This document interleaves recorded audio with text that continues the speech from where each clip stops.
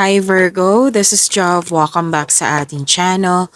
By the way, Virgo, this is your second half Gabay Tarot reading ngayong August 16 to 31, 2026. Gamitin ng reading na ito bilang gabay lamang. Tandaan, Virgo, kunin niyo lamang ang mga mensaheng tumatama sa inyong sitwasyon at iwanan ang hindi.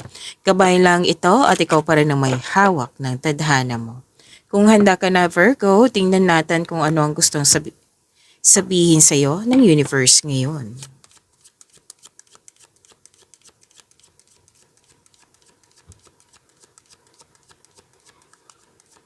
Mga parating po para kay Virgo ngayong August 16 to 31, 2026.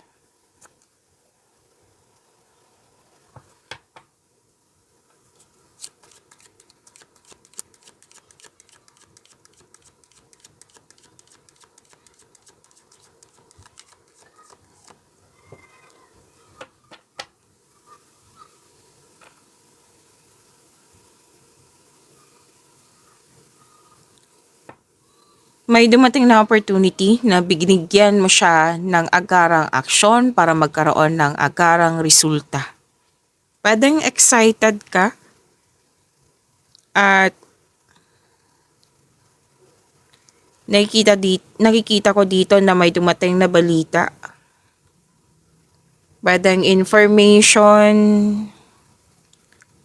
messenger, para ipaabot sa iyo yung balita.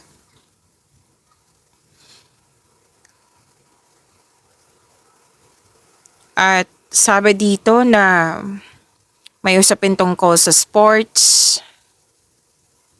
Oh, may unexpected message. Tapos nagpa siya ka dito na mag-move forward, moving forward. Actually, dalawang card po mismo ay nagsabi dito na may other man like parang nangingialam, nakisawsaw, or naninira ng koneksyon.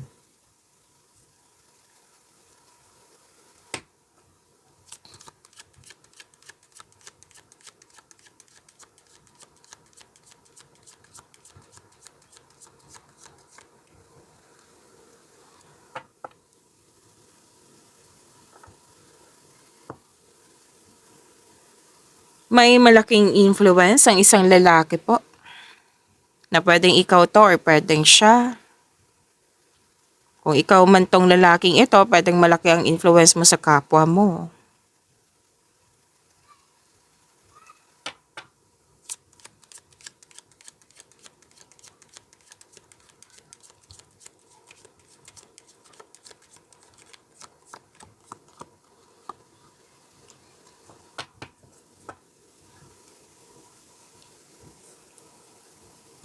Wow, makaka-receive ka ng regalo or tulong.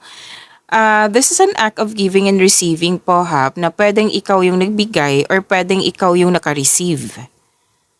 Opo, so gift, tulong, pwedeng may nagbigay ng bouquet of flowers.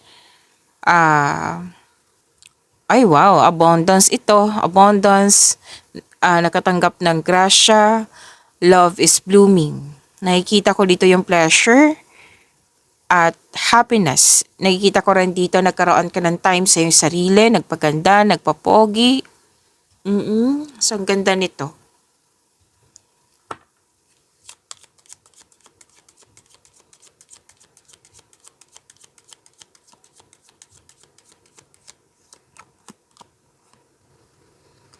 May nakita kong pagtipon-tipon dito, togetherness, meeting, bonding, special event, public space, crowd, networking, society. Nasabi ko na bang party? Yes.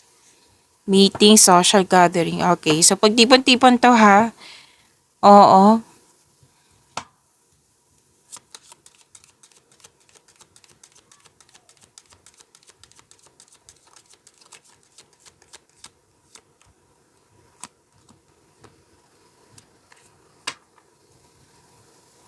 Pwedeng nangyari to sa nakaraan. Kung hindi man to nangyari sa nakaraan, magiging maingat ngayong second half of the month of August. Kasi nakikita ko dito na may loss of connection, loss of things, or loss of opportunity.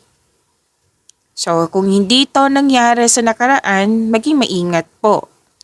So, hindi kayo tinatakot ng cards nyo. This is awareness. Okay, paalala lang. At sabi ng iyong card na pwedeng nag-alala ka, maging maingat din sa mga magnanakaw, mag-iingat sa, yes, scammer, magnanakaw yan eh. Mag-ingat kayo sa mga taong mahilig manira kasi may nakikita ko dito nag-downgrade, sinisira. Nang dahil sa mga nangyari, nakikita ko yung bigat ng nararamdaman. Oo, kung nangyari to sa nakaraan, so lumabas tong card nito, ibig sabihin yan, it's time to let it go. Kasi hindi mo naman deserve yan, bitbitin yan, bigat na 'di ba? Mabigat na bitbit mong mabigat. So, kailangan mong i-release yan. It's time to let it go para magkaroon po ng healing. Kung hindi man to nangyari sa nakaraan, ingatan din yung mga importanteng bagay dyan. Okay? Importanteng opportunities, importanteng tao. Pwede din na nagkaroon ng loss of connection to ha. Kasi may nagda-downgrade. Basta may naninira. May nakita ko naninira. Some of you, hindi naman sinabi lahat, di ba? So, sa maka-resonate lang. Kung hindi naka-resonate, iwan nyo po. Pero awareness talaga ha. Second half, that is 15 days eh. I think this is 16 days. Kasi may 31.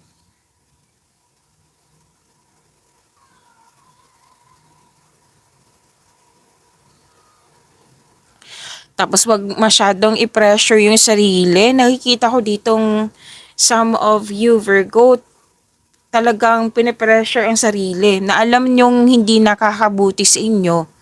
Pero mas pinipili nyo po yung pinipressure yung sarili. Eh? Kasi nagka-create yan ng blockages eh. Madadrain yung energy mo niyan. So ingatan kasi, 'di ba? Our health is wealth. Alam niyo man naman yung sobrang pag-alala, sobrang stress, sobrang pagod, sobrang like pre-pressure ang sarili. So wag pahirapan ang sarili kasi kakampi niyo po yung sarili niyo. Instead na pahirapan, alagaan. Baka hindi na kayo aware. Oo nga no. Sa pagsabi ko ng ganito or sa kasi lumabas sa iyong cards, diyan nyo pa na-realize, oh nga no, bakit ko pinapahirapan ko yung sarili ko? Na hindi naman dapat. Hindi naman natin kontrolado yan. Kasi minsan, di ba, pinipressure yung sarili. So, kailangan i-identify mo teka, nape-pressure na ako, nahihirapan ako. So, kailangan ko mag-pause muna. So, paano ko ba matutulungan yung sarili ko? Yan. Kasi minsan ang card nyo, sinasabihan kayo na, instead na mag-overthink or mag-overanalyze, why not magtiwala ka sa iyong sarili? Why not tulungan yung sarili? Kasi magbuhos ka ng time sa overthinking, sa kaka-overthink, sa kaka-overanalyze. Kung hindi naman kaya, then seek help. Na alam mong, yung mga taong alam mong makakatulong sa iyo. Kung may trust issue ka, then journal. Kasi sa journal, masusuri mo eh. Like, ito yung response mo sa ibang tao, ito yung response ng isang tao na concern mo, ito na yung mga nangyari, masusuri mo yan makakahanap ka ng solusyon yan.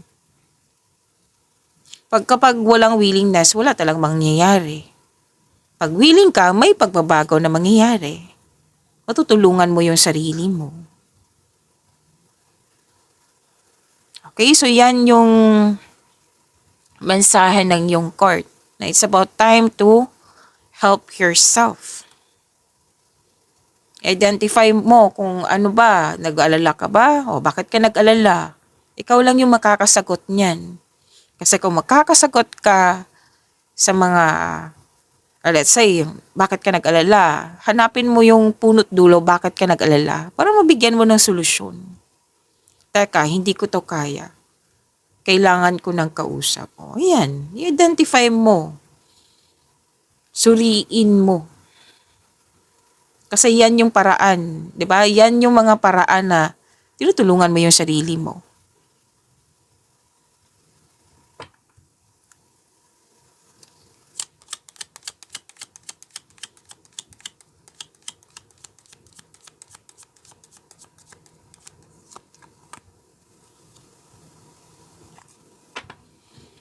May gagawing desisyon. I think this decision is about passion. Tapos may concern sa addiction, frustration, or obsession na maaring ikaw to or maaring concern mo sa ibang tao. Tapos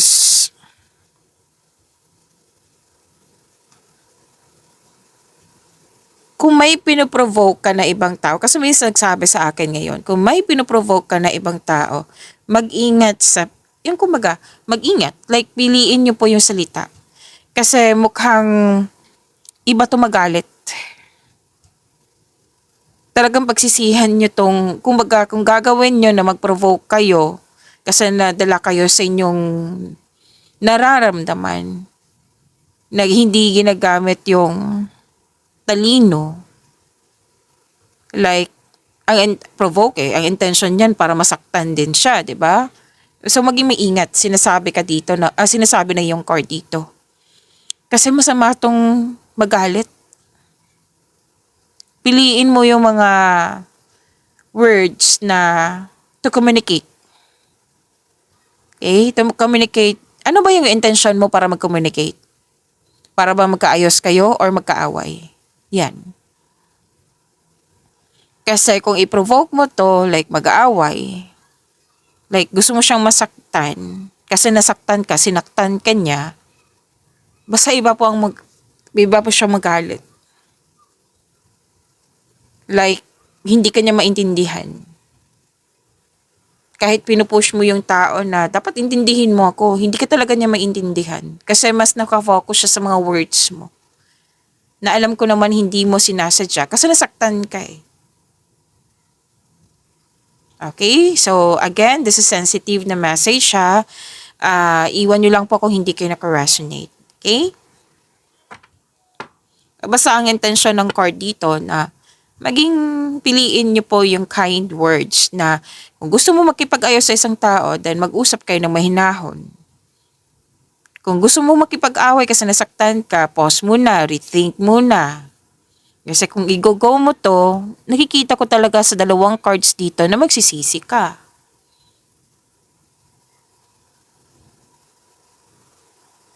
Kahit kasalanan niya, kahit may rason ka, talagang nakikita ko dito na hindi magandang, hindi, may tao talaga na hindi maganda ang pag-uugali sa paggalit.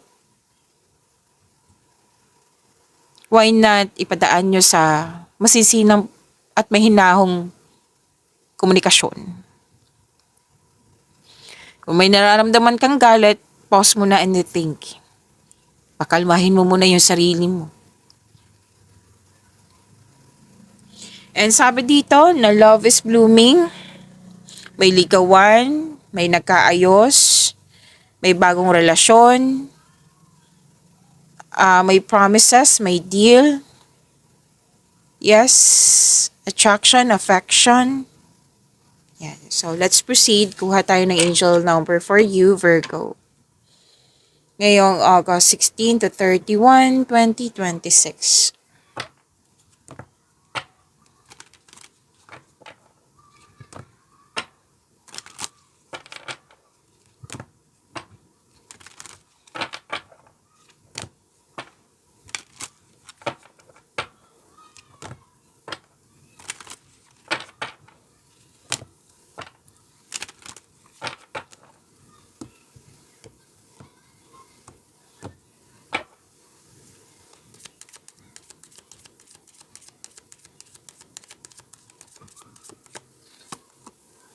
Angel number 2, you have great talent for finding solutions. Your intuitive and unbiased nature allow you to see all sides of any situation and advise others towards the most fair and beneficial outcome. To attract more blessings, let us say the power affirmation. Let us say, I am diplomatic. Again, I am diplomatic. So, sa inyong angel number 2, ito yung sinabi kanina na gamitin ang talino. Gamitin ang lohika at katwiran kaysa sa emotion. Kasi you have a great talent for finding solution Matalino ka. Gamitin mo din yung intuition mo at yung kindness mo. Okay? Para masuri mo kung ano yung sa side niya, ano yung sa side mo. Kung ano yung mga nangyari na sa surroundings mo. Ano na yung sitwasyon? Ano na yung status ng sitwasyon? And makakatulong ka din sa ibang tao through advice. Oo. Kasi magaling ka dyan. Okay, so angel number 2, i-claim niyo po.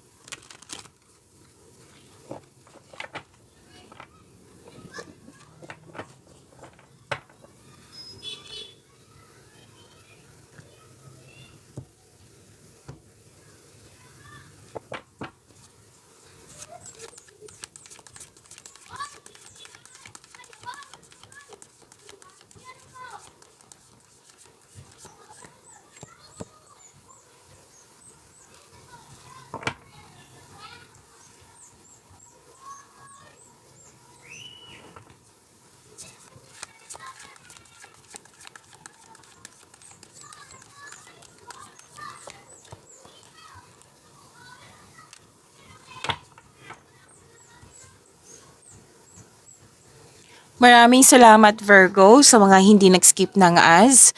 Subscribe na po kayo sa ating channel at click bell notification para updated po kayo sa reading natin. Para po sa mga gusto magpa-reading po, comment po kayo ng personal reading and check my reply sa comment section.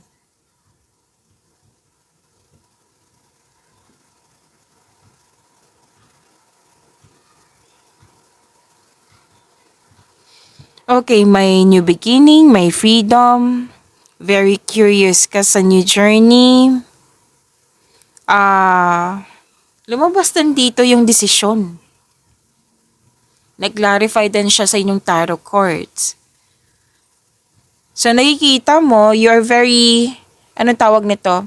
Very inspired and very siguradong-sigurado ka na may potential kasi. May nakita kang potential sa susunod mong hakbang. Like, may nakita kang potential sa opportunity na ito. Oo. So, this is a leap of faith. Hindi ka takot sa obstacles. Alam mong nasa right path ka. Kumbaga, bahala na si Batman, basta go ako. Ang advice ng iyong card, mag-ingat sa padalos-dalos na pagpasya. Kailangan magkaroon ng konkretong plano at makinig din sa inyong intuition. Sa mga single dito, ang advice ng card dito na you should take a chance on love. Huwag kang matakot ma-in love ulit. Kung may tampuhan kayo sa isang tao dyan, leave the past behind. It's never too late to begin again. Mag-usap at magpatawad. Kung lalabas ka sa comfort zone mo, then alam nyo naman, 'di ba, na may sa labas ng comfort zone may success, wala po sa loob. If you're serious about your goal, then you have to step out from your comfort zone. Para fair, para walang pagdududa, then konkretong planong ay kailangan. So, kung sa about to sa career and money, itong bagong simulan na ito, may nakita, yes, may nakita akong financial growth. Kaya galingan mo.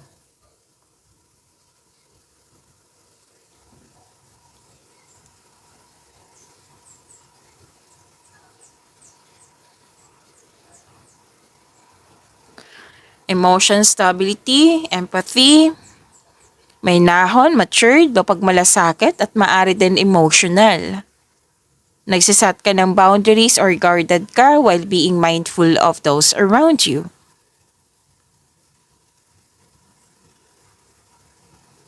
Parang may ligawan na po na nangyari. Like sabi mo dito na ang weird ng taong ito, hindi ko siya gets.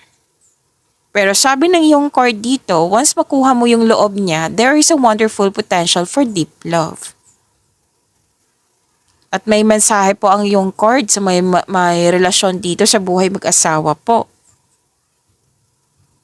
Na iparamdam mo sa kanya na may malasakit ka at supportive ka sa inyong relasyon.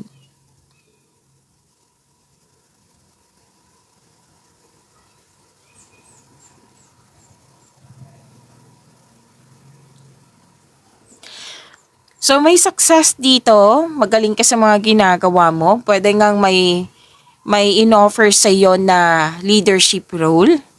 So dalawang card na mismo nagsabi dito ha, na stable ka na sa napili mong career at financial stability. Claim niyo po, Virgo.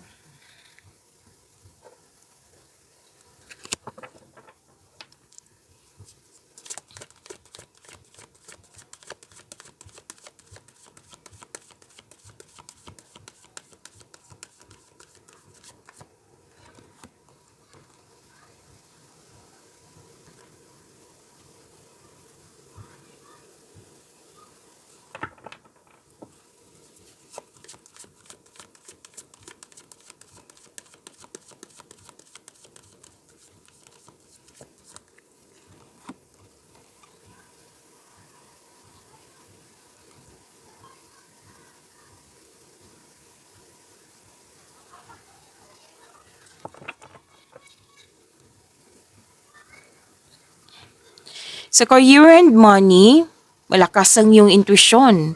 Nang dahil sa malakas ang iyong intuition, may malalaman kang sekreto. Pwede din may nangyari sa nakaraan na hindi mo alam noon, ngayon alam mo na kasi malakas ang iyong intuition. So maging maingat. Oo, kasi makilala mo na yung mga taong malapit sa iyo na hindi totoo sa iyo. Be careful of seeing things that are not there. And some of you, may nakita ko dito na may kontrata na maaring magbasa muna bago pumirma. Makinig sa inyong intuition kasi malalaman mo naman na may hidden charges ba or makadiscover ka ng deal na naging too good to be true. Kaya be wiser at maging maingat.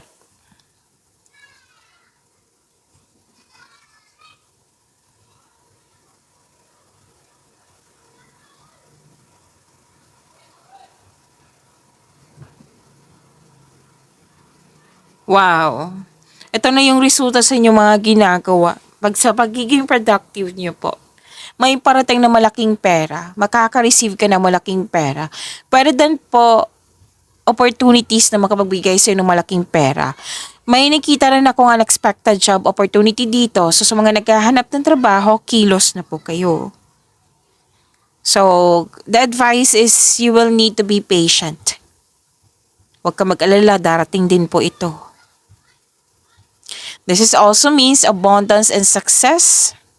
Pagbubungang mabuti na parating po. Okay, so be happy with the results of your actions. May development, pleasure, which is lumabas naman to kanina, may success. Growth and expansion po ito, resulta sa inyong mga ginagawa. I-claim niyo po, Virgo.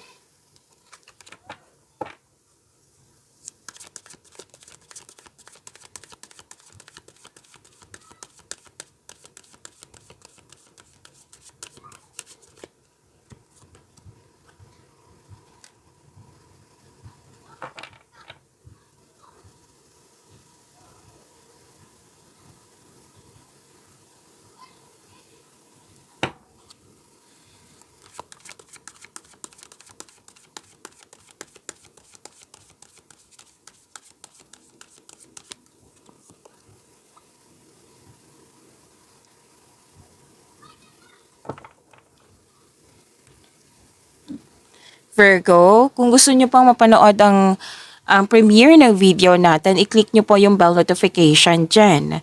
Kung hindi nyo po alam, magpaturo po. Huwag nyo din kalimutan na mag-subscribe sa channel natin. At nag-offer po ako ng personal reading. Kung gusto nyo po, comment down personal reading at antayin yung reply ko.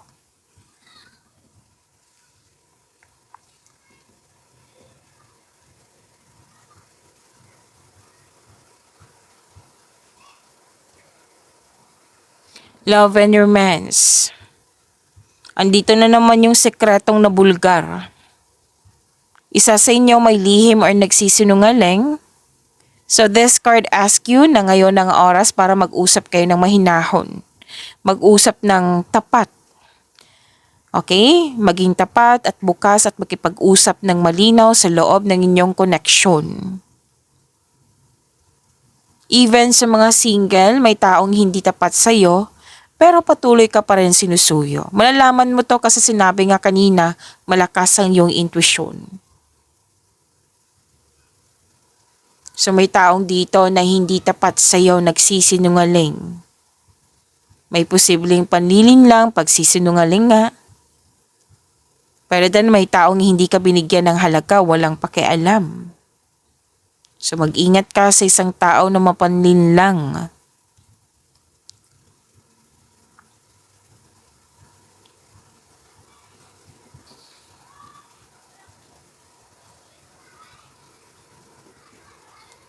Alam niyo ba, kung mag-usap kayo, magkakaayos kayo. Kasi mas mangingibabaw yung pagmamahalan niyo. Na mahal niyong isa't isa. Kung mag-uusap kayo, magkakaayos kayo, after nyan, magiging supportive kayo sa isa't isa.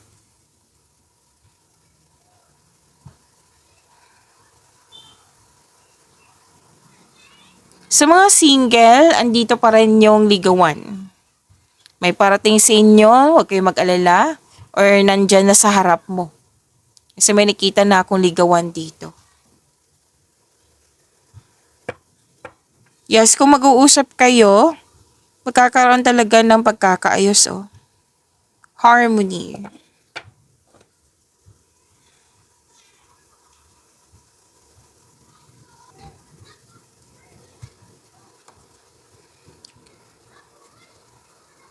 Sa mga single, may magiging partner kayo na trustworthy, matalino, who chooses reason over emotion. I think this is an air signs, Gemini, Libra, and Aquarius. Kasi paulit-ulit na lang lumabas dito. Virgo. At may water signs din naman dito. Cancer, Pisces, and Scorpio. So, air signs, Gemini, Libra, and Aquarius, water signs, Cancer, Pisces, and Scorpio. May nakita rin ako ditong energy ng isang single parent. Pwedeng ito yung kausap mo. Pwede ito yung partner mo. Oo, basta may nakita rin ako ditong pagpasya. Mahalagang pagpasya. Magiging honest ka na sa iyong sarili.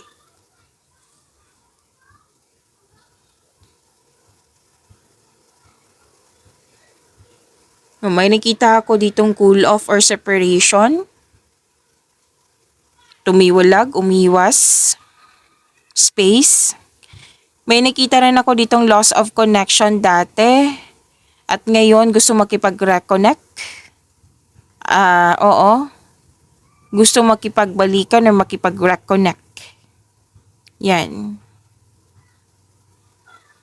May nakita kong paglilipat ng bahay, lokasyon. Magkakaroon ng transformation eh.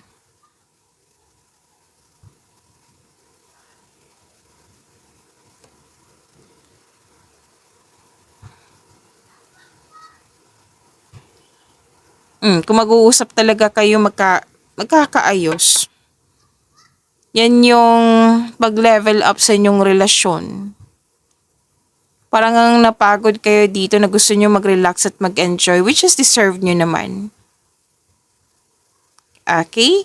So yan po, pag-imanin nyo po yung blessings na binigay sa inyo. Virgo, see you tomorrow. Maraming salamat po.